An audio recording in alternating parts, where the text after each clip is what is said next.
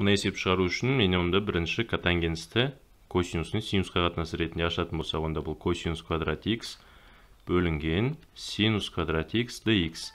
Ал енді осыдағы алымындағы косинус x-қа назар аударсаңыздар, мен оны бір азайтылған синус квадрат x түрінде жазайын, ал бөлімімізде бізде синус квадрат x-қа тең.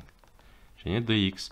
Енді бұны қалай шығарамыз? Жеке-жеке бөліп тастайық. Сонымен көріп отырғандарыңыздай 1 бөлінген синус квадрат x азайтылған, жеке-жеке бөлсек синус квадрат x бөлінген синус квадрат x және dx.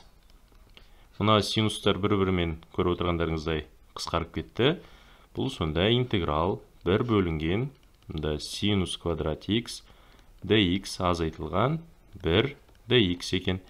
Енді бұның алғашқысын табатын болсақ, 1 бөлінген синус квадрат x-ің алғашқысы минус котангенс x азайтылған x плюс с-ға тең екен. Міне сіздермен біз таптық.